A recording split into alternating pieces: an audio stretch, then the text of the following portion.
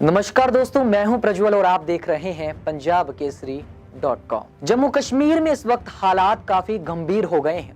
आए दिन आतंकी किसी न किसी की जान ले रहे हैं, चाहे बात कश्मीरी पंडितों की हो या फिर गैर कश्मीरियों की। घाटी में लगातार आतंकी टारगेट किलिंग कर रहे हैं।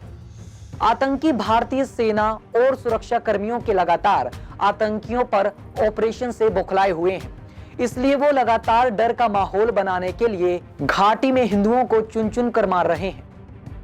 आज फिर आतंकियों ने कुलगांव में एक बैंक मैनेजर पर फायरिंग कर दी। इस हमले में बैंक मैनेजर विजय कुमार की मौत हो गई। बताया जा रहा है कि विजय कुमार राजस्थान के रहने वाले थे। बताया जा रहा है कि विजय कुमार कुलगांव के मोहनपुरा में इलाकी देहाती बैंक में तैनात थे। आतंकियों ने उन पर फायरिंग कर दी।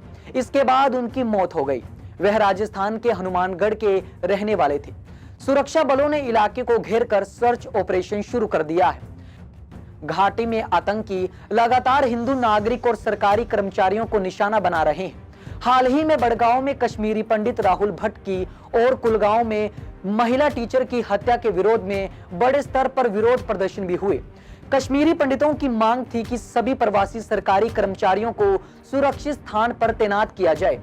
जम्मू प्रशासन ने आतंकी वारदातों को देखते हुए बुधवार को प्रधानमंत्री विशेष पैकेज के तहत कश्मीर में तैनात प्रवासियों को और जम्मू संभाग के अन्य कर्मचारियों को घाटी में 6 जून तक सुरक्षित स्थानों पर स्थानांतरित करने का आदेश भी जारी किया था। आदेश के मुताबिक कश्मीर संभाग में पीएम पैकेज के तहत तैनात अल्पसंख्यक समुदाय के कर्मचारियों को तुरंत सुरक्षित स्थानों पर तैनात किया जाएगा।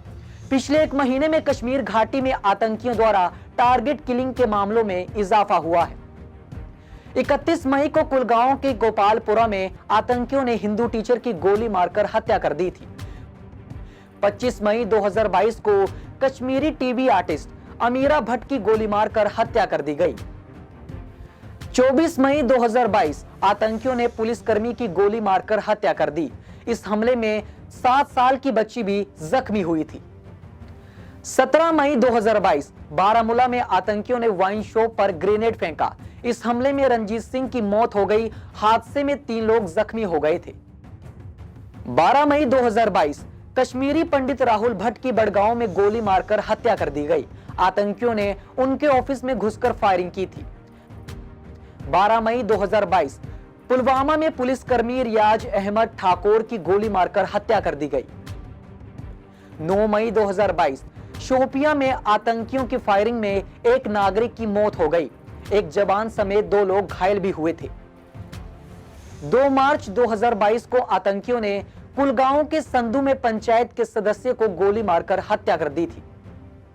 कश्मीर में लगातार बढ़ते टारगेट किलिंग के मामलों के कारण कश्मीर में रहने और काम करने वाले हिंदू काफी डरे हुए हैं। इसलिए सरकार के खिलाफ जगह जगह प्रदर्शन भी किए जा रहे हैं। लोगों की मांग है कि उन्हें सुरक्षा देने के साथ साथ सरकार उन्हें घाटी से निकाले।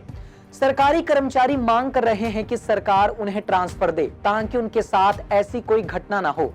अब सवाल यह है कि सरकार इन घटनाओं पर लगाम लगाने के लिए क्या करती है और क्या फिर कश्मीर में हिंदुओं को पलायन करने पर मजबूर होना पड़ेगा या सरकार फिर इन आतंकी गतिविधियों पर लगाम लगाने के लिए स्ट्रिक्ट एक्शन लेती है। फिलहाल इस रिपोर्ट में इतना ही। आप देखते रहिए पंजाब केसरी.com।